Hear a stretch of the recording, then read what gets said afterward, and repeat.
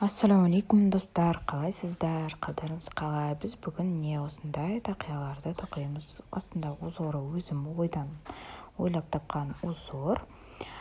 Ал бас жағы менің телеграм каналымда бар. Бірақ қазір өзіміз ютубтан бастан бастап тоқитын боламыз. Менің каналыма тіркеле кетіңіздер. Жаңа видеоларды көру үшін колокольчикті баса кетіңіздер. Егер бұл тақияның жалпы тоқылуы узоры ұнаса, лайк басып кетіңіздер. Егер плюс-минустарын көрсеңіздер, комментарий жаза кетіңіздер. Бұл менде кіші размер, жаңағы үлкен размер болды, ал мынау ең кіші размер бізде 3 айлық және 7 айлыққа дейін, яғни бастың размеріне байланысты әрине. Менде крючогым 1,75 мм. Өзіме өте ыңғайлы крючогым осы, және жібім Ярнард Лили. Көп жіптерді көрдім, бірақ Ярнард Лилиге жететін жіп жоқ деп айтсам да болады, өйткені тақияға самый жақсы жіп осы жіп қана. Енді біз колечко жасаймыз. Домақ жасап, сол жерден жібімізді шығарып алып, бір воздушный петля тоқимыз. Яғни бір емес, 4 воздушный петля тоқимыз. 2, 3, 4. 4 воздушный петля тоқыдық. Енді ең бірінші воздушный петлямызға біз соединительный столбик жасаймыз.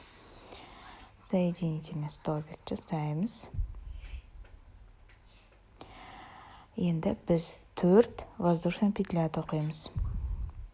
2, 3, 4.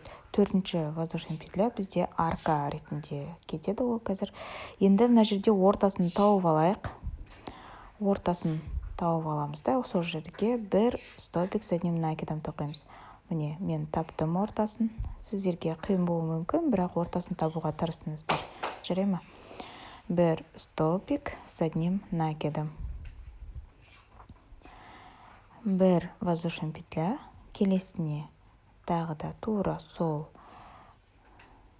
жерге бір столбик с одним накидом, бір воздушный петля. Осылай 12 столбик с одним накидом тоқимыз. Яғни 12 арка шығаруымыз керек бізге. Воздушный петлялар бізде арка ретінде кетеді, оны қазір түсіндіріп беремін. Ол арканың маңызы біз үшін өте зор.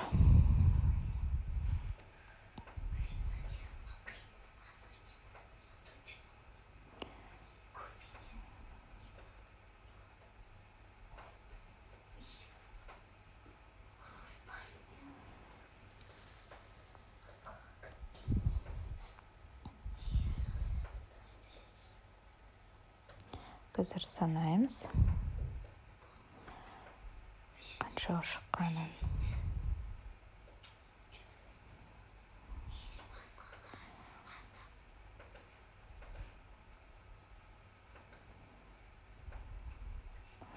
Бір арка, 2, 3, 4, 5, 6, 7, 8, 9, 10.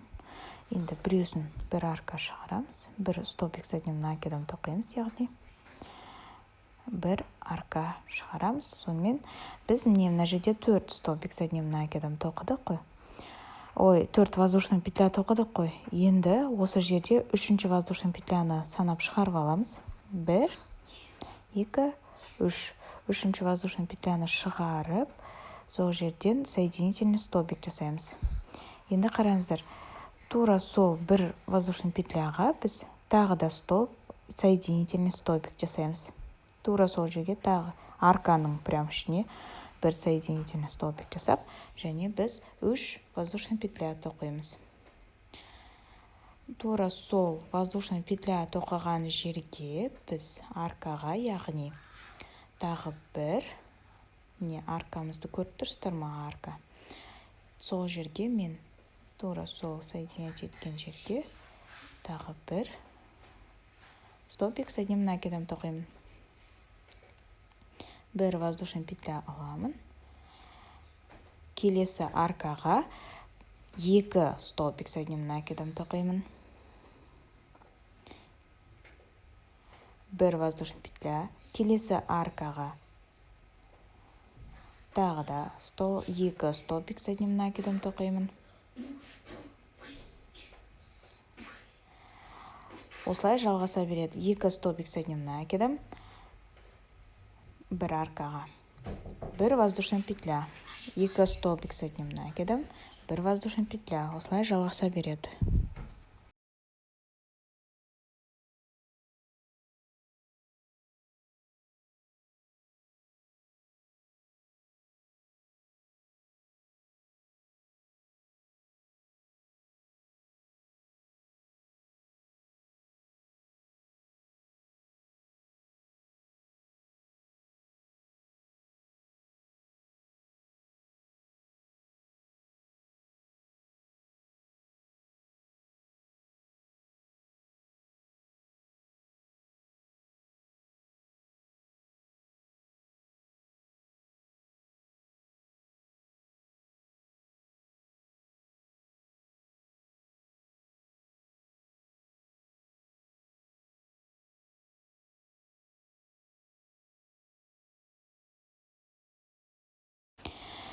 Міне біз соңғы арканы 2 столбик с одним накидом тоқып жатырмыз.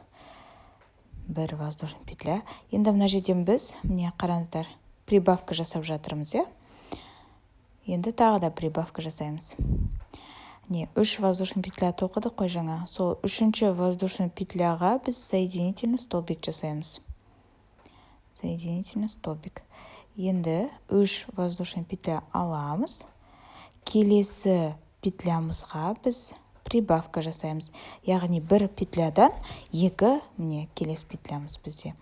1 петлядан 2 столбик с одним накидом тоқимыз.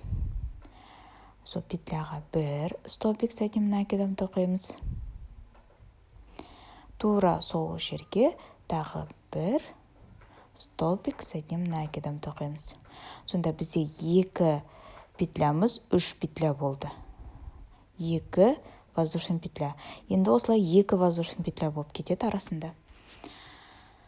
Түгел 11 қатар тоқимыз, сол 11 қатар түгел 2 воздушный петлямен кетеді. Міне, келесін көріп тұрсыздар. 1 столбик с одним накидом. Келесіне біз осы петляға 2 столбик с одним накидом тоқимыз. Яғни 2-ні міне 3 қылдық. 2-ні 3 қыламыз, 3-ті 4 қыламыз, 4-ті 5 қыламыз, 5-ті 6 қыламыз. Осылай өздеріңіздің размерлеріңізге байланысты тоқып аласыздар. Яғни 3 айлықтан 9 айлыққа дейін 9 қатар, 9 қатар тоқисыздар. Ал 10 қатар бізде подростковый размер кетеді, ал 11 қатар бізде взрослый размер кетеді. Не, осылай до конца тоқыңыздар.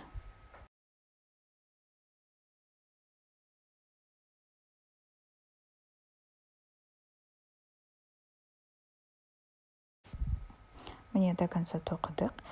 Енді 3-ші воздушный петляға біз соединительный столбик жасаймыз.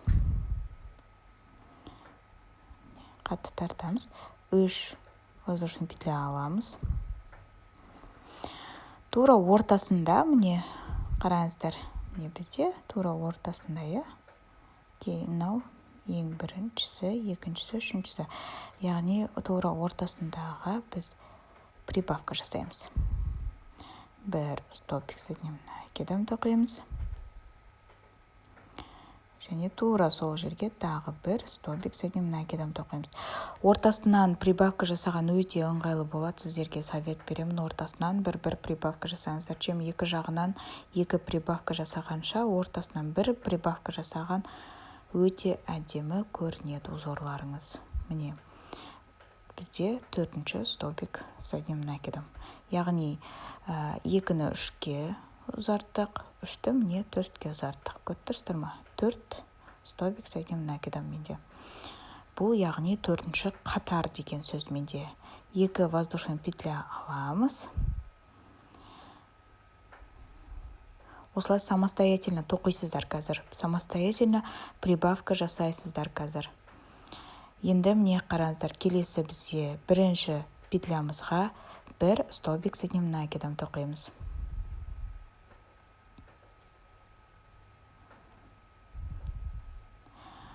Содан кейін барып екіншісіне 2 столбик с одним накидом тоқимыз. Көріп тұрсыздар ма? Екіншісі өзі көрініп тұрады петлялар айдан анық. Тек ортасынан тоқымаңыздар. 2 столбиктің ортасынан тоқымаңыздар.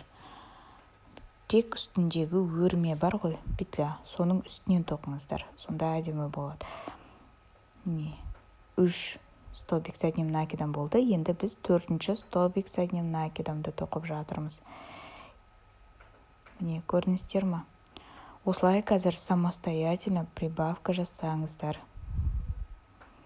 Мен до конца бүйтіп көрсетпеймін. Примерно 3-4 қатарды көрсетіп бердім.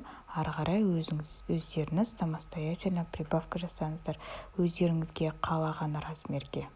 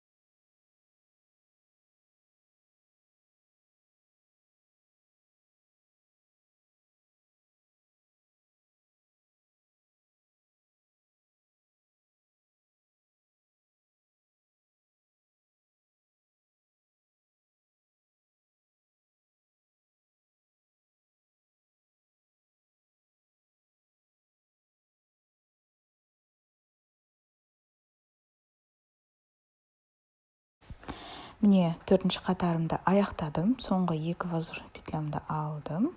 Енді ең басында тоқыған 3 воздушный петляға мен соединительный столбик жасаймын. 2, 3. Міне, 3-ші воздушный петля. Соединительный столбик жасаймыз.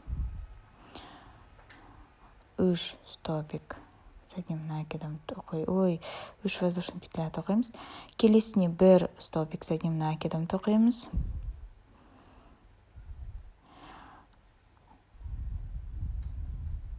Ал үшіншісіне біз 2 столбик с одним накидом тоқимыз.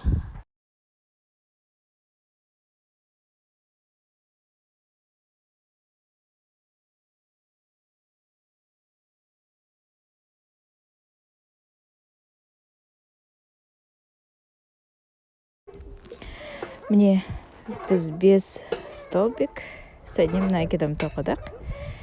Енді 2 воздушный петля тоқимыз. 2 воздушный петля тоқимыз. Осылай.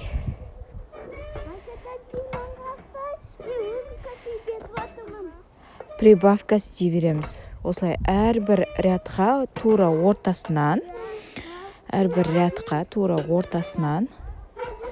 бір прибавка істейміз.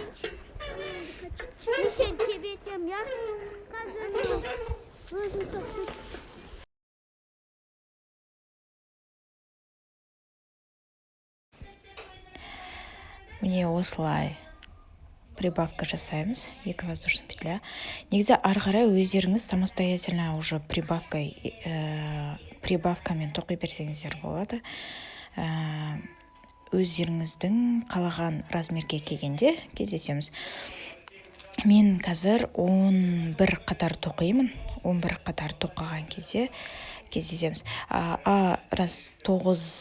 9 қатар қандай размерге, 10 қатар қандай размерге екен қазір түсіндіріп беремін.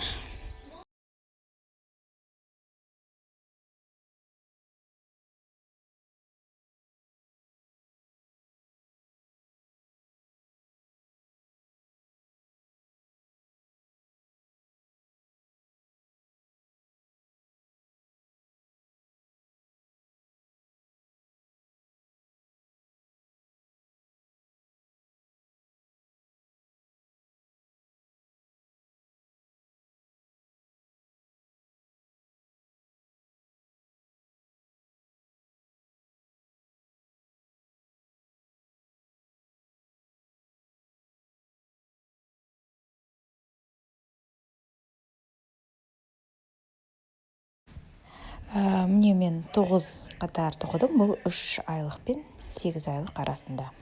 9 қатар тоқыдым. Қазір жақыннан көрсететін боламын узоры қандай екенін. Ешқандай разница жоқ. Осыдан ары қарай уже столбик без накидамен тоқи берсеңіздер. Яғни столбик с одним накидом тек прибавкасыз әрбір петляға солай тоқи берсеңіздер болады. Міне жақыннан скрин жасап алсаңыздар болады. Қай жерге қалай прибавка жасағанымды осылай жақыннан көрсеткен ыңғайлы. Осылай тоқып шығыңыздар өздеріңіз. Міне мен 10 қатар тоқыдым. Мынау бізде бірінші қатар 2, 3, 4, 5, 6, 7, 8, 9, 10. Яғни бұл подростық балаларға, яғни басы кішірек, мысалы подростық болса да басы үлкендер бар. Яғни үлкен адам болса да басы кішкентай адамдар бар. Сол адамдарға шақтап, бұл примерно 55-56 сантиметрге дейін осы 9 қатар, 10 қатар жарайды.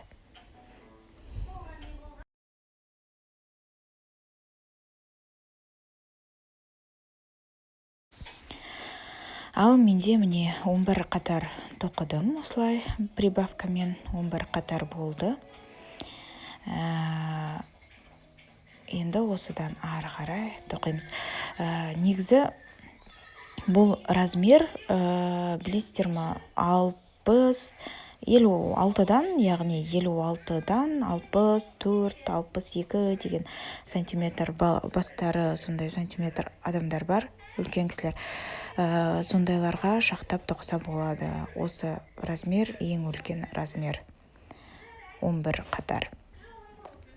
Енді осыдан ары қарай осылай тек қана осылай тоқимыз. Столбик с одним накидомен ешқандай прибавка, убавка жоқ осы жерде. Тек әрбір петляға столбик с одним накидом тоқимыз. Міне соединительный столбик жасадық. Келесі столбикқа столбик с одним накидом тоқимыз.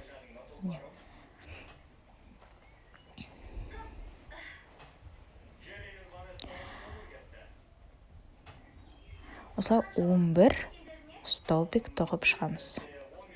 Қазір бізде 11 петля, сол 11 петляға 11 столбик с одним накидом тоқып шығамыз. Ал арқаға келген кезде қазір түсіндіріп беремін. Міне прибавкаға да жеттік. Одан тек бір-бір ғана столбик с одним накидом тоқып шығамыз.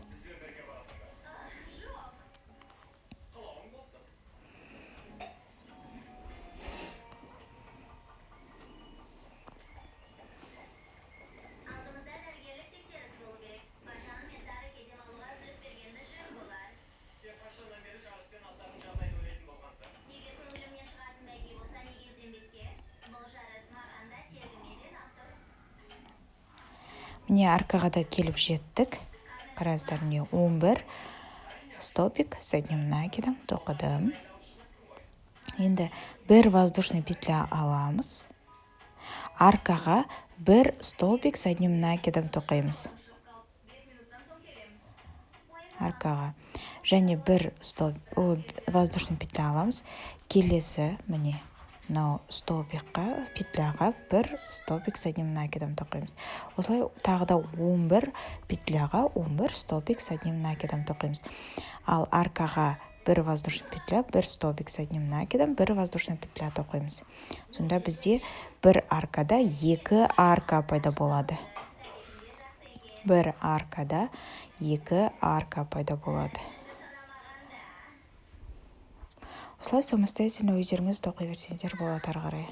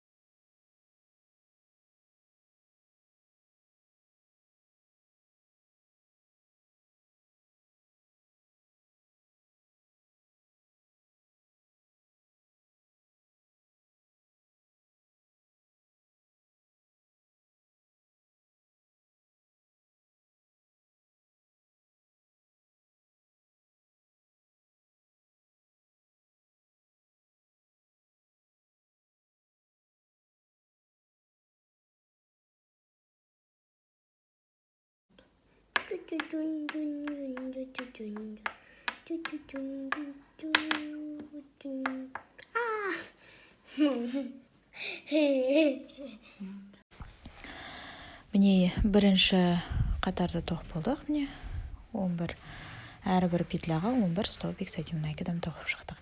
Енді қараңыздар, біз жаңа әрбір үшінші воздушный петляға бір соединительный столбик жасап жүрдік. Енді осы бұл уже убавка бастаймыз. Бұл бір жерден келесі столбиктан біз соединительный петля жасаймыз. Яғни бір петля тастап кетеміз. Бір петляны тастап, келесі петлядан соединительный столбик жасап, 3 воздушный петля аламыз. Бұл жерде уже убавка басталады бізде. Яғни қысқартамыз. 11-ді 9-ға қысқартамыз, 9-ды 7-ге қысқартамыз, ал 7-ні 5-ге, 5-ті 3-ге, 3-ті 1-ге қысқартамыз. Осылай қысқартып, тақиямыздың донышко дейді ғой, сонысын тоқимыз.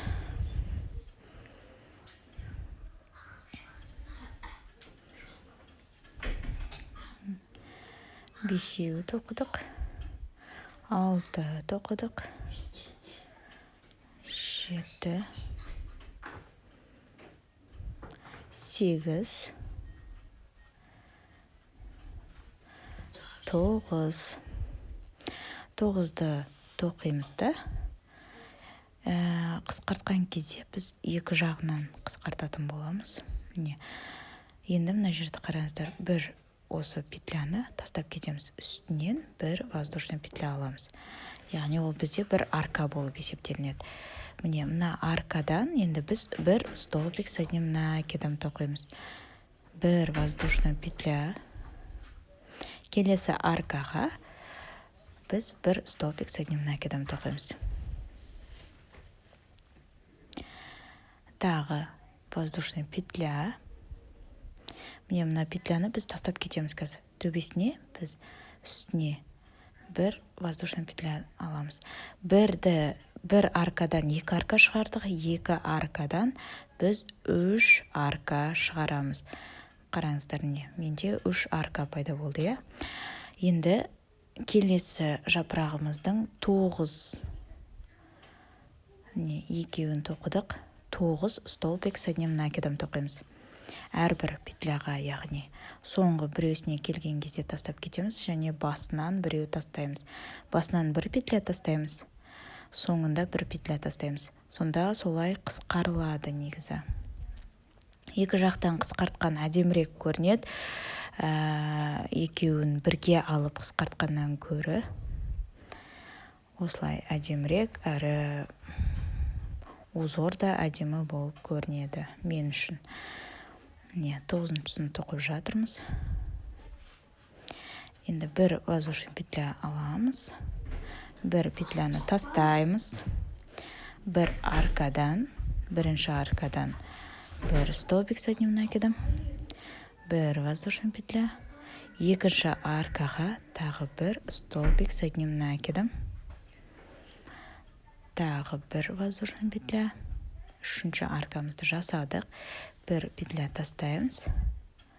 Осылай келесі жапырағымыздың 9 столбик с одним накидом тоқимыз. Енді қараңыздар, қысқартылған кездегі мына жерден 11 болды. 11 столбик с одним накидом тоқыдық. Енді келесін 9-ға қысқарттық екі жағынан. 3 арка, 11, 9.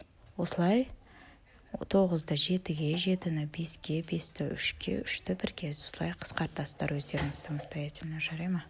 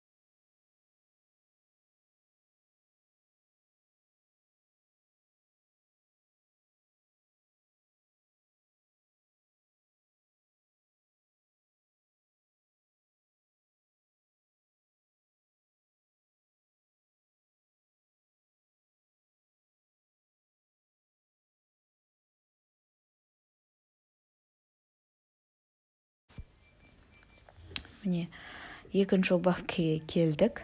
Екінші убавканың міне бір рет көрсетіп жіберейін. 3 міне воздушный петля. 3 воздушный петляны тастап, келесі петлядан біз соединительный столбик жасаймыз. Соединительный столбик жасап, осы жерден 3 воздушный петля аламыз. Енді сол 9-ымызды 7-ге қысқартамыз. 7 столбик с одним накидымға қысқартамыз. Келесі петлядан алдық, қысқартамыз.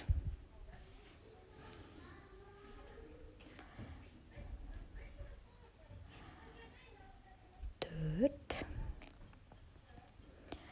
5, 6, 7. 7 столбик с одним накидом тоқыдық. Не.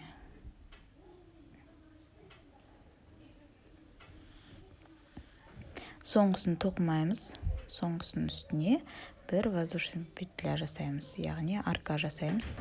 Әрбір аркаға енді біз бір столбик с одним накидымнан тоқып шығамыз. Екінші арка и үшінші арка. Біз 3 аркадан кейін 4 арка жасадық міне. Біреусін тастаймыз бір петлян, келесі петляға бір столбик с одним накидом тоқимыз.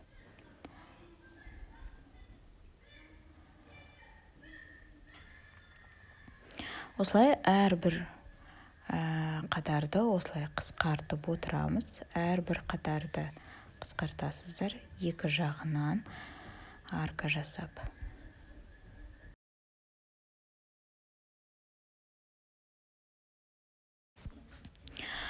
Осылай қысқартып, бірге келген кезде бірақ кездесеміз. Яғни 11-ді 9-ға қысқарттық, 9-ді 7-ге қысқарттық, 7-ні 5-ге қысқартамыз, 5-ті 3-ге қысқартамыз, ал 3-ті 1-ге қысқартқан кезде кездесеміз.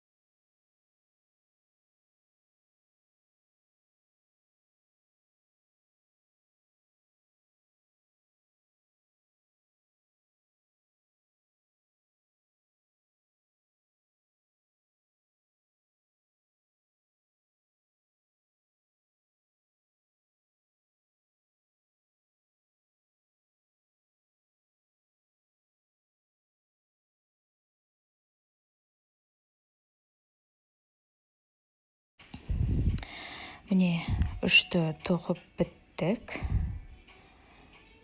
3-ті тоқып біттім мен. Енді 1-ге келдім.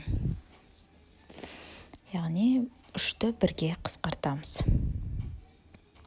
Не?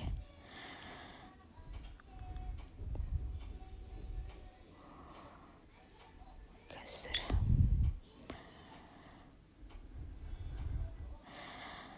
Міне тура ортасы, яғни 1, анау 2, анау 3. Енді сол ортасындағы петляны алып соединять етеміз. Енді қараңыздар, 1, 2, 3. 3 петля аламыз, сосын тағы да осы жерге үстіне бір воздушный петля аламыз. Сонда получается 4 воздушный петля тоқимыз. Енді әрбір аркаға бір столбик с одним накидом тоқимыз. Тура арка сияқты болады бізде қазір. Әрбір аркаға бір столбик с одним накидом тоқимыз. 4 воздушный петля алған жерге қазір кездесеміз. Одан кейін ары қарай узоры басталады бізде тақияның. Тақияның узоры өте оңай. 1-2 қатарын көрсетемін, ары қарай өздеріңіз самостоятельно тоқисыздар. Міне 3-ке келдік. Бір воздушный петля, ортасындағы петляға біз бір столбик с одним накидом тоқимыз. Екі жағынан қысқартқандағы сондағы бір воздушный петля. Енді әрбір аркаға бір столбик с одним накидом тоқимыз. Узоры өте оңай бұл тақияның етек жағындағы, аяқ жағындағы узорлары.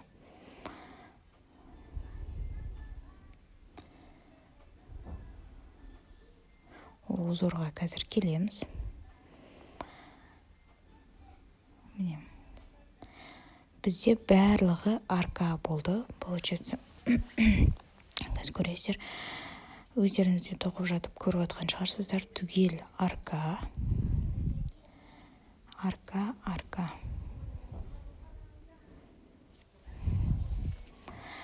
Енді до конца өздеріңіз самостоятельно тоқыңыздар.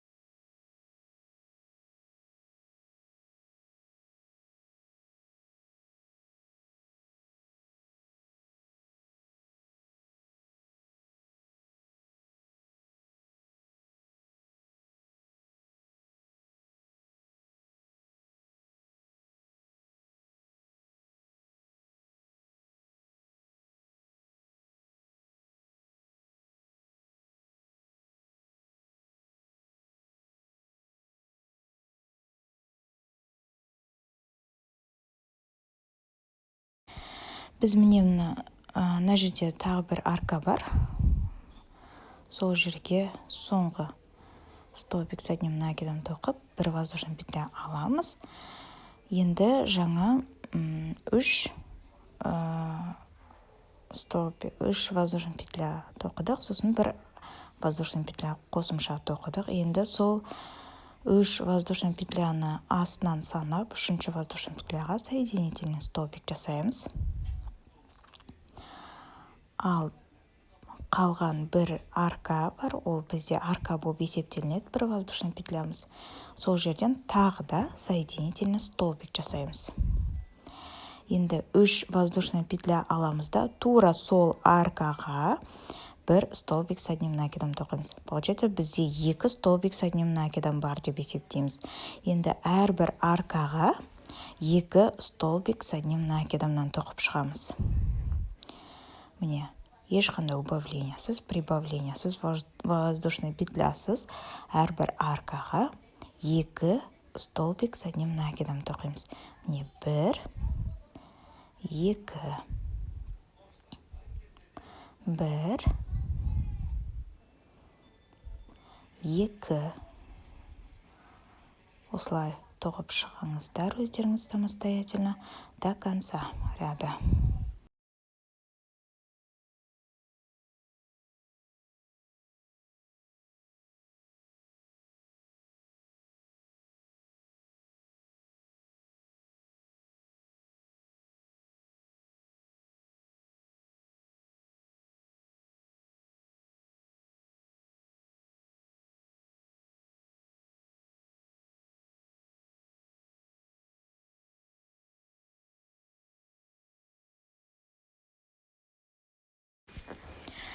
Міне, біз до конца ряда тоқыдық. Енді 3 воздушный петля бар, сол 3 воздушный петляның 3-ші воздушный петлясына біз соединительный столбик жасаймыз. Енді узорға келдік. 3 воздушный петля аламыз. Узоры өте оңай бұл тақияның, қазір көресіздер. Міне, 5 қатар тоқимыз. 3 қатар столбик без накида, 5 қатар узор. Міне, бірінші көріп тұрсыздар, төбесіне тоқығаннан кейін бірінші 4 столбик с одним накидом, 2 воздушный петля, 4 столбик с одним накидом. Содан кейін солай чередовать етеміз. Екінші қатары 2 столбик с одним накидом, 2 воздушный петля, 2 столбик с одним накидом. Үшінші қатары 4 столбик с одним накидом, 2 воздушный петля, 4 столбик с одним накидом. Төртінші қатары 2 столбик с одним накидом, 2 воздушный петля, 2 столбик с одним накидом деп 5 қатар тоқимыз чередовать етіп. Енді мына жерде біз бастаймыз 4 столбик с одним накидомнан. Міне екінші столбик с одним накидом тоқыдық. Яғни 3 воздушный петля бізде 1 столбик с одним накидом болып есептелінеді. Төртінші воздушный петля. 2 воздушный петля аламыз. Астынан 2 петля қалдырамыз да үшінші петляға біз 1 столбик с одним накидом тоқимыз. Одан кейін 3 столбик с одним накидом тоқимыз әрбір петляға.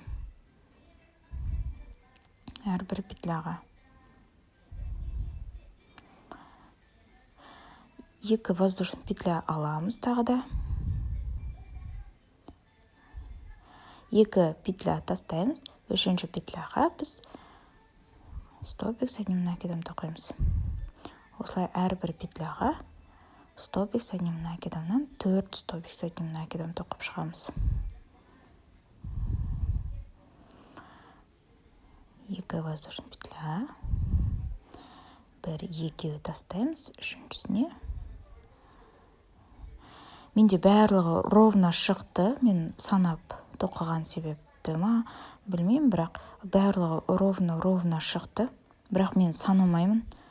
Егер дұрыс шықпай қалса, мен петля қосып жібере саламын. Мысалы, 4 столбик болса, 5 столбик қыла саламын деген сияқты сөйтіп қосып тоқи саламын. Міне аяқ жағына жеттік. Менде міне ровно шықты деп айтып жатқаным осы. Міне соңғы 2 петля қалды. Менде енді 2 воздушный петля тоқи саламын. Сіздерде де ровно шықпау мүмкін енді, бірақ қосып тоқи салсаңыздар да болады. Міне 3 воздушный петляға біз соединительный столбик жасаймыз. 3 воздушный петляға. Енді 3 воздушный петля тоқимыз. 1 столбик с одним накидом тоқимыз. 2 воздушный петля аламыз. 2 петля тастаймыз. Үшінші, яғни аркада бізде 2 воздушный петля ғой.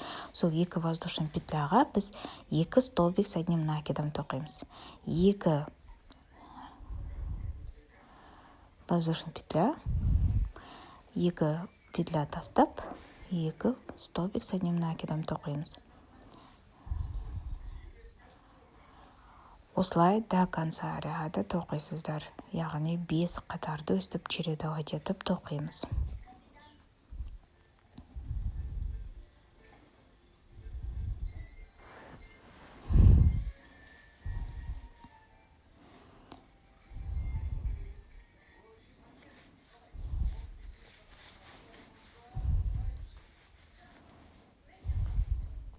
Екі воздушный петля, 2 столбик с одним накидом. Міне, көріністер ме? Уже узор менде шығып келе жатыр. Узор шығып келе жатыр, уже бітіп қарасаңыздар. Қазір 3-ші қатарды тоқығанда точно шығады узор. Сол кезде кездесеміз.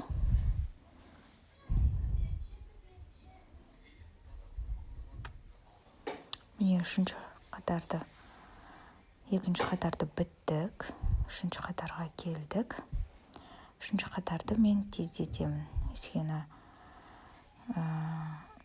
барлығы түсінікті деп ойлаймын сіздерге.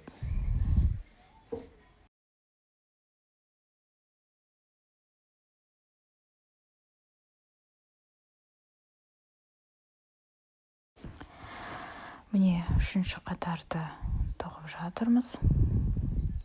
Көз көресіздер, узор шыққан кезде уже түсінікті болады.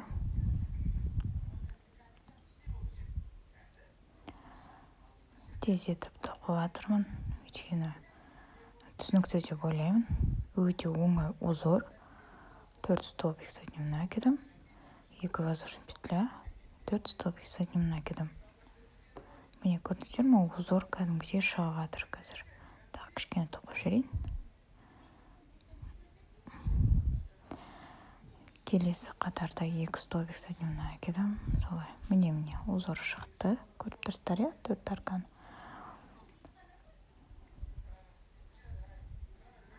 Солай. Жалғастырамыз.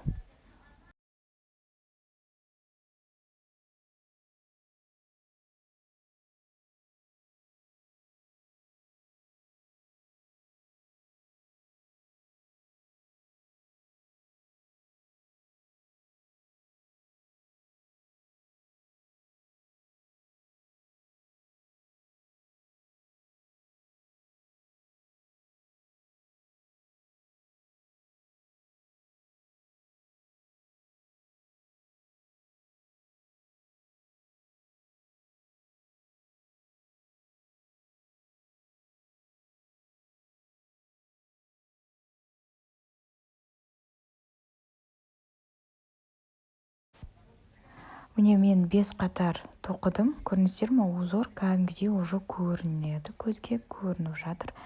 5 қатар тоқыдым. Енді бірінші қатарда қараңыздар. Столбик без накида тоқимыз енді біз. Міне 1, 2, 3. Үшінші петляға біз соединительный столбик жасаймыз.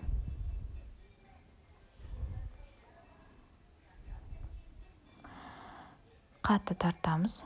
1 воздушный петля аламыз. Енді әрбір петляға бір столбик без накида тоқимыз. Столбик без накида тоқимыз. 2 воздушный петляға біз 2 столбик без накида тоқимыз. Әрбір петляға бір столбик без накидамен тоқып шығамыз. Осылай 3 қатар тоқисыздар. Яғни мынау бірінші қатар, ары қарай өздеріңіз самостоятельно 2 қатар столбик без накида тоқып шығыңыздар. Жарай ма?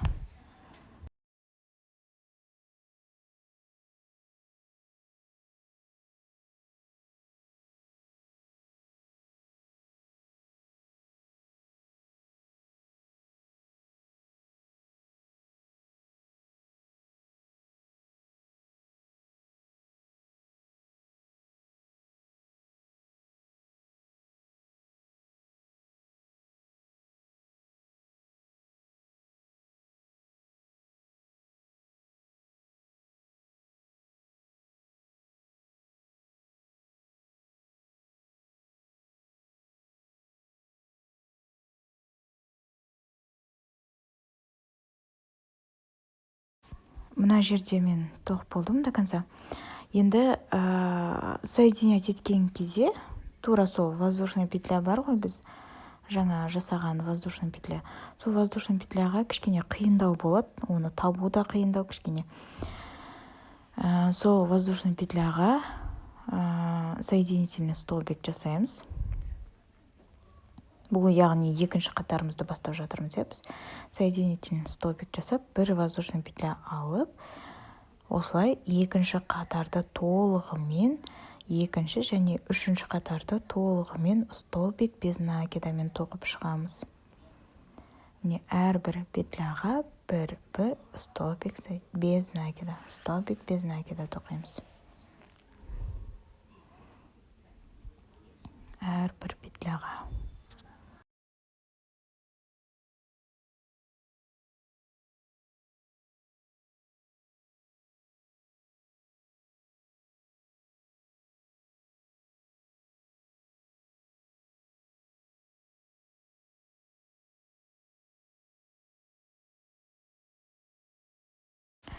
Міне мен 3 қатар тоқып болдым. Енді соединять етіп жатырмын. Тездеттім видеоны. 1 воздушный петля тоқып, мен жібімді кесіп, жібімді шығарамын. Енді жібімізді тығамыз. Әрбір петляның ішіне жібімізді тығып, артық қалған жіпті кесіп тастаған жібімізді тығамыз. Аккуратно тығыңыздар, өйткені ол шығып кетсе, сөгіліп те кетуі мүмкін. Сол үшін аккуратно тығып жіберейік. Мен осылай столбик без накидалардың артына тыққан маған ыңғайлы. Өйткені артында сондай бір нелері бар, петлялар. Соларға тыққан маған ыңғайлы. Өстіп тығып шығамыз. Қазір тақияны дайынын көрсетемін сіздерге. Өте әдемі тақия, мен өзіме ұнайды. Бұнда узор ешқай жерде жоқ деп айтсам болады. Менде жалғыз ғана өзім ойлап тапқан узор деп айтсам болады.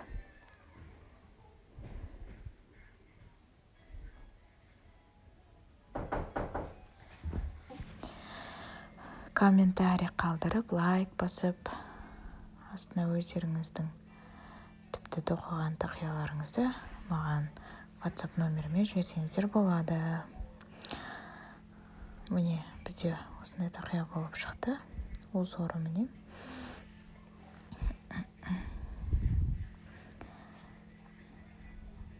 Сұрақтар болса, комментарийге жаза кетіңіздер. Бәріне жауап беруге тырысамын.